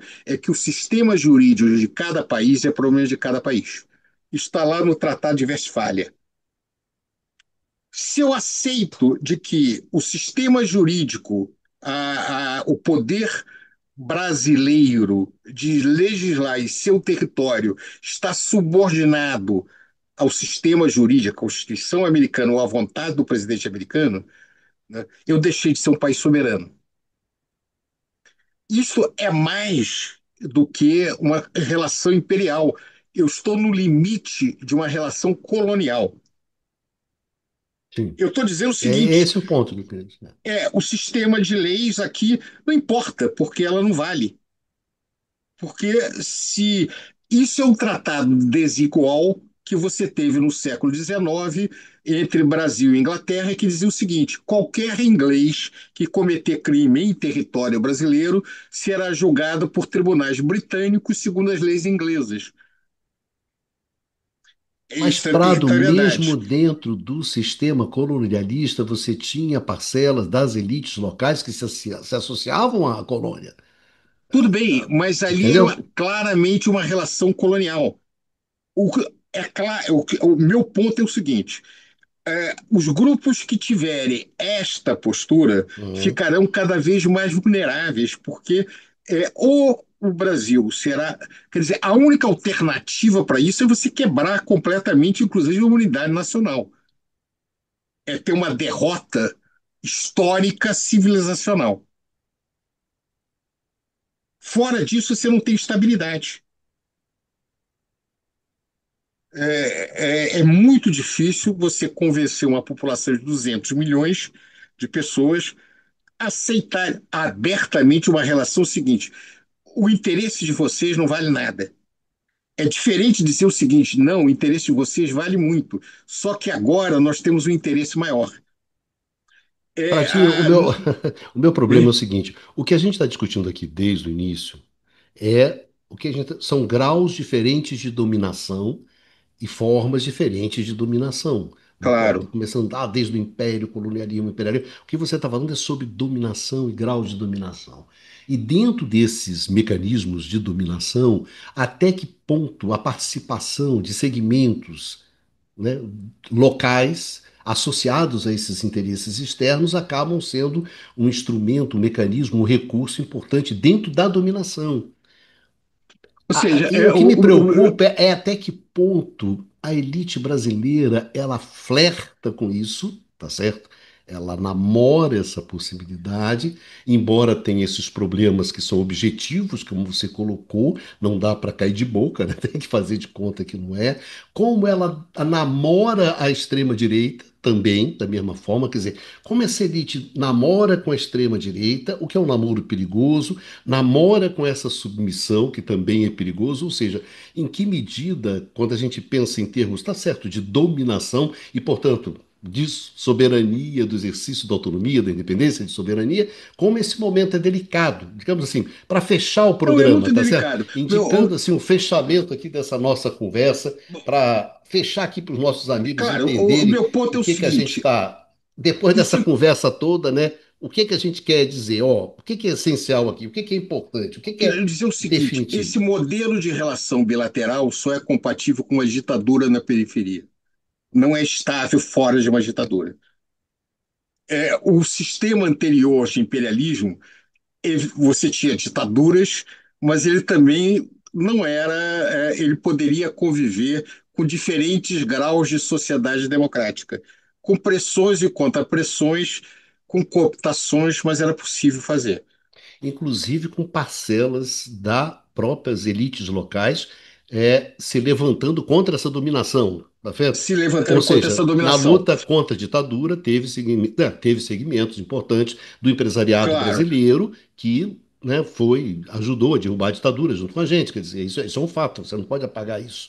Ou seja, claro. dentro dessa Os- lógica da dominação mais acirrada, etc. O que eu estou falando é o seguinte: é muito difícil você também garantir né, uma homogeneidade, né, dentro da própria elite quando você parte para um tipo de jogo como esse. Quer dizer, você tem a possibilidade também de rachar dentro, né? É isso que você claro. está E outra falando, né? coisa, Como a até gente viu agora, acontecer num determinado momento é, da ditadura. vamos pegar um exemplo. O interesse do agrobusiness exportar para a China é absolutamente contrário ao interesse americano. Uma das exigências americanas para a China, os Estados Unidos exportam em torno de 20% da exportação de soja dos Estados Unidos. O Brasil tem 3 vezes isso. Então, ele diz o seguinte: eu quero quadruplicar, que a China, exijo que a China compre 4 vezes mais o meu. é, a, a soja. Se for feito isso, o que que ele está fazendo? Tirando a soja do Brasil. Quer dizer, os aliados do agrobusiness brasileiro dos Estados Unidos sentirão diretamente no bolso essa aliança, né? Exatamente, exatamente. Então, que tipo de governo é possível dizer o seguinte: não, eu arrebento o agrobusiness, arrebenta não sei o quê, atendendo um governo estrangeiro? É possível. No limite mas isso não é estável. Voltamos Mas àquele aí cenário. você, sim, mas aí você aponta um cenário preocupante, que é o cenário da fragmentação, do É, desmanche do próprio país, dentro de uma é, conjuntura, de um a contexto grande como esse, dificuldade né? que você tem seria em torno disso aí. Mas vamos lá. Então, o que eu quero chamar a atenção para vocês? para você.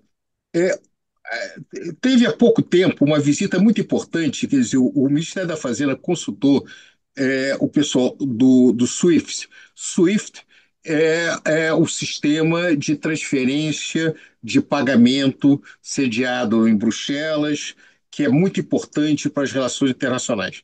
Porque ele estava muito preocupado o seguinte: os Estados Unidos podem isoladamente retirar o Brasil do SWIFT e a informação dele não. Que, aliás, foi a informação que o Luiz Macaíba falou para a Isso, gente aqui no naquele evento que a programa que gente a gente teve. fez junto com o Não, não Macaíba, é exatamente. possível. Não é assim que a banda toca. Não é assim. Se é assim, veja, os instrumentos americanos vão se reduzindo. O que eu estou dizendo é o seguinte: qual é o dilema? O governo americano ele está perdendo na sua relação com a China. Nós vamos ver o que vai sair. Nós estamos gravando antes da gente ter notícias do resultado do que aconteceu Isso. lá na relação no encontro Putin-Trump. Mas, de qualquer maneira, ele não vai ter grandes vitórias também. Ao contrário, ele vai ter que fazer grandes concessões à Rússia se quiser alguma coisa. Não, Então, Pradinho. Está aqui no jornal. Reunião entre Trump e Putin termina sem acordo e com troca de elogios. pois bem, então, ou seja, o Trump ele aceita outro império, tá? Qual é Isso, a posição? exatamente. Não, eles são império como o meu. É. A Europa Então, não. nós vamos nos acertar. A Europa é Agora, assim, eu não é, quero conversar com a eles. Europa é minha. Isso, eu não estou a fim de conversar com esses caras. A Europa eu não vou conversar com Isso, esses caras. Se eles quiserem, eles vêm conversar comigo nos meus termos. isso. Eu aceito a China, É, aceito a é, Rússia, aceito os caras do meu tamanho para sentar e discutir. a Europa não é do meu tamanho. Isso. Só tem um problema. O Brasil é um país bem metidinho. E o Brasil diz o seguinte: eu não sou do tamanho da China, nem tenho poder militar na Rússia, mas é, eu não aceito. é, a- eu não aceito ser, vamos dizer assim, enquadrado como você está pensando que vai nos enquadrar. Né? É, não vou Se ser ele não esculachado, né? consegue impor isso sobre o Brasil, Não vou ser a derrota esculachado. americana, veja, a vitória do Brasil é sobreviver, é a guerra simétrica. Como é que o Brasil, o governo atual, né, o governo Lula, vence?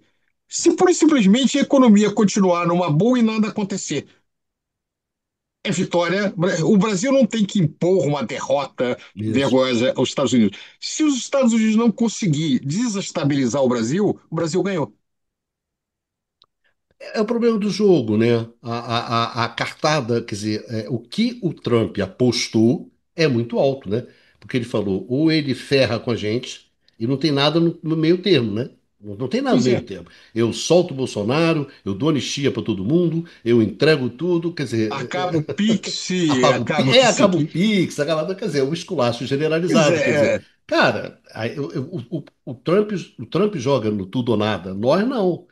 nós não. A gente só joga contra o tudo, né? Tudo que tiver entre o tudo e nada para nós é negócio. Tudo bem, Pois sobrevivi, é, tô então tocando a minha a porra gente da minha bola. fica dentro dessa situação. Então, voltando para poder fechar, o que eu Dá uma falei? fechada que já tem uma hora e É, meia de os, programa, Pradinho. Você fala muito, Pradinho, uma hora e meia. Eu pois é, achava esse é o que problema. era o Numa que falava. Olha que injustiça, como é que a gente fica descobrindo a verdade. A gente acusa há anos o Numa, Porque né, o de ficar tema é muito falando. amplo, o tempo é muito amplo. Então, só para a gente fazer um fechamento, os Estados Unidos se transforma, no final do século XIX, nas Américas, efetivamente, na grande potência que consegue efetivamente, é, vamos dizer assim, enquadrar toda a região, em última instância, né? Ainda a influência britânica é muito grande antes da Primeira Guerra, depois da Primeira Guerra é cada vez mais americana. Essa posição se consolida após a Segunda Guerra Mundial. Mas o imperialismo americano, principalmente na América, ele não era igual. Caribe e América do Sul tinham graus diferentes. Eu não estou dizendo que um era mais benevolente ou nem menos benevolente, mas quanto mais próximo dos Estados Unidos, a pressão é maior. México é um caso à parte, sempre, tá? Eu falei muito pouco no México, porque México, a gente teria que ter um programa só para o México. O México é tudo diferente, né? Com a Argentina, né? Cada um tem a sua peculiaridade. Mas o fato é que quando o fracasso da agenda neoliberal levou a que situação? A situação em que o atual governo entendeu a seguinte coisa: não, eu não preciso mais dar nada. Né? Eu tenho poder suficiente para exigir sem conceder nada. Isso. No meu hemisfério, mando eu, ou seja, mando os Estados Unidos. E que os outros países se enquadrem, né, tem uma expressão britânica, my way or the highway, né? Na minha maneira, ou pega a estrada e vai embora. Isso. No nosso caso, nós vamos pelo highway, nós temos como pegar a estrada e ir embora, nós vamos para a China, nós vamos para outros países. Só que ele está dizendo, não, eu não vou aceitar isso de alguma maneira. Então, o meu ponto é isso daí. Você deixou de ter o imperialismo com nuances para ter um cenário onde a única fonte do poder o, a baioneta, não apenas, eu estou falando como uma metáfora, não o poder militar apenas, mas o poder puro, sem nenhum tipo de concessão. E como resultado, você está trazendo uma situação internacional que é instável. Qual é a herança disso? Uma profunda instabilidade. Qual é o resultado desse cenário? Eu não sei dizer, mas a minha aposta é que os Estados Unidos terá dificuldade de recuperar o papel anterior. Quer dizer, ele jogou fora o famoso soft power, só restou o hard power. E você, de alguma maneira, impor a sua vontade só com hard power é muito custoso, muito difícil, e você nunca pode fraquejar, porque a primeira oportunidade que tiver, os outros vão em cima de você. É sem É contar isso que aí. num mundo onde a questão da multilateralidade, né, da multilateralidade, ela ganha contextos de possibilidades, né? Contextos de Pois é. possibilidades. Quer dizer, é uma coisa possível de imaginar, é uma coisa possível de você construir ao longo do tempo, muito mais do que anteriormente, né? Muito mais, hoje em dia Pois é. é Então, muito mais, é Se, muito mais se forte. o problema é como é que vai ser Está essa na mesa. multilateralidade. Será, dizendo, o hemisfério ocidental é meu, ninguém toca, e eu aceito a China e a Isso. Rússia?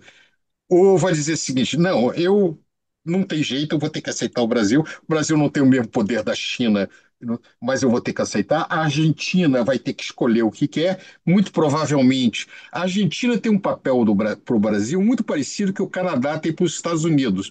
Eu já falei isso com meus amigos argentinos, eu não gosto muito, mas é verdade. É, o Brasil e a Argentina estão condenados a se integrarem, não tem saída. O nosso destino é conjunto porque são economias fortes no Cone Sul, distante de outros mercados, então nós vamos juntos. Então, eu acho que, inevitavelmente, a Argentina vem junto. Com a gente. Ou, se nós afundarmos, a Argentina afunda junto. Pradinho, o Bastazinho dizia que você é um homem que adora o Mercosul, tu gosta, tá no seu Eu sangue. trabalhei, mas eu acho que a vizinhança, né, geografia é destino, Bicalho. Geografia é destino, exatamente. Pradinho, olha só, 1h40 falamos aqui, já discutimos, né, bastante sobre esse tema. Eu acho que a gente espera, né, que tenha sido útil essa discussão para os nossos amigos, para as nossas amigas que nos acompanham nessas conversas, essa questão da dominação, do imperialismo, né, é uma coisa muito presente agora nesse debate, onde se abre uma série de possibilidades, claro, uma série de ameaças, mas também são aquela velha história, né? São ameaças, mas também são oportunidades, são desafios, né? O que importa é que a gente está no jogo, né? Nós estamos no jogo, o Brasil está no jogo, a gente tem se mantido no jogo. E sobre esse jogo do Brasil, a gente vai voltar na próxima semana, né, com os nossos colegas, Sim. fazendo aquele programa que a gente ainda não fez, esmiuçando, né, mais essa batalha. Hoje foi mais uma questão conceitual, muito mais para ajudar no próximo programa, né? Nas próximas discussões do que isso. Hoje a gente não pretende, não pretendia de maneira nenhuma. Em primeiro lugar, não temos a menor pretensão de esgotar o termo imperialismo, né? Pelo amor de Deus, ó, longe, distante, enormemente da gente ter essa pretensão, essa arrogância. Não é isso que ele está falando. A gente trouxe alguns elementos que podem ajudar, né, ao pessoal É. entender o jogo, entender o debate, entender as conversas que rolam, né? Bicalho, eu não tenho dúvida que vai ter vários comentários dizendo você não falou nisso, não falou Ah, daquilo, não não, falou daquilo imagina. outro, porque é impossível, né? Eu É peço, gente, impossível. vão desculpa, a quantidade de temas que ficaram fora é muito maior do que entrou, mas é Se inevitável. você pegar o tempo, né, que você cobriu, né, exatamente, não adianta. Teve pedaços da história que ficaram Eu não fora do falei sobre filme, né? Cuba, eu não falei nada Não, disso, mas não dava. milhões de coisas para conversar, mas é É. apenas uma tentativa da gente de fazer alguns programas que a gente traz alguns conceitos, alguns temas, né, para a gente conversar um pouco fora daquela dinâmica do debate, né? Do debate em cima da coisa que está acontecendo ali, etc. Então, de vez em quando, você tem que parar, né, e discutir alguns conceitos que ajudam a gente a estruturar e que, na verdade, no fundo, a gente está trazendo aqueles conceitos que, de uma certa maneira, estruturam a maneira como a gente pensa, né? Então, vendo o Pradinho falar sobre isso, a gente entende um pouco as análises do Pradinho, né? Por que que o Prado analisa da maneira que ele analisa? Porque ele tem alguns conceitos, alguns pontos que são importantes, que fazem com que estrutura a maneira de pensar e de olhar o mundo do Pradinho, né? Então, essas histórias é um pouco aqui no qual a gente vai fazendo essa terapia acadêmica, né? Você quer falar sobre isso, sobre a sua infância, os seus conceitos, aqueles princípios que você tem mais, enfim, esse tipo de coisa. Enfim, Pradinho, é isso. Brigadão aqui numa sexta-feira, 11 horas da noite. Puta que eu parei, 11 horas da noite de uma sexta-feira. Vamos botar esse programa vai pro ar amanhã, no sábado, dia 16 de manhãzinha, já vai estar lá pra galera ver. E agradecer muito, mas muito mesmo aos nossos amigos e às nossas amigas por acompanhar a gente nessa discussão. Eu pediria, né, Prado, que eles deixassem os comentários, o que que eles acharam dessa nossa experiência aqui, de discutir alguns conceitos, etc, etc. Se vocês querem que a gente faça mais isso, né? Ou a gente arrume mais isso, ou que isso venha num formato de aula, né, Pradinho? A gente prefere fugir um pouco do formato de aula, né, do PowerPoint, para ficar aqui mais numa conversa, mas eu pediria que vocês deixassem aqui os comentários de vocês, que são importantes, e na medida do possível a gente vai respondendo também, né, Prado? A gente vai colocando as Isso, respostas na quando medida. vocês vocês Claro. podem deixar certas questões, certas perguntas que a gente, na medida do possível, porque o tempo é escasso, né? É uma coisa complicada, mas a gente responde para vocês. Eu acho que é isso, né, Pradinho? Isso, mais uma vez, nós estamos aprendendo e é sempre bom a gente ter retorno de Isso. quem está nos assistindo. O nosso interesse aqui é muito diferente de outros podcasts, porque nós somos a Universidade Federal, quer dizer, nós somos pagos pelo público geral, né, pela Isso. sociedade. Então, não tem monetização, não tem nada. O que nós queremos é, de alguma maneira, contribuir com a sociedade que financia a Universidade Brasileira e também, de alguma forma, saber um pouquinho, ter alguma contribuição, se nós estamos indo no caminho certo, o que que a gente pode fazer para contribuir mais com esse debate nesse momento tão importante na história do Brasil e na história do mundo, né? Você sabe, tem uma história do Galeano, Eduardo Galeano, que eu adoro, que é do pai que leva o menino para ver o mar, né, pela primeira vez. E quando o garoto passa e vê o mar pela primeira vez, diante daquela imensidão, daquele impacto oceânico, o garoto simplesmente diz para o pai: Pai, me ajuda a olhar. Quer dizer, esse ajudar a olhar, eu acho que é a função da gente. A nossa única função é ajudar a olhar, quer dizer, ajudar as pessoas a olharem, a entenderem, a compreenderem esse mundão com aquilo que a gente tem de pouquinho sobre a compreensão desse mundo, que é muito grande, né? Mas é ajudar a olhar. Tanto é que o primeiro nome do programa, lembra, não era conversa sobre o mundo contemporâneo, era simplesmente um olhar, né? Era esse o nome que a gente pensou a primeira vez quando a gente pensou o programa. Então é isso, gente. Muito obrigado. Um beijão em todos, um beijão em todas. E a gente se encontra aqui no canal do Instituto de Economia da UFRJ no próximo Conversas sobre o Mundo Contemporâneo. Se cuidem e vida que segue.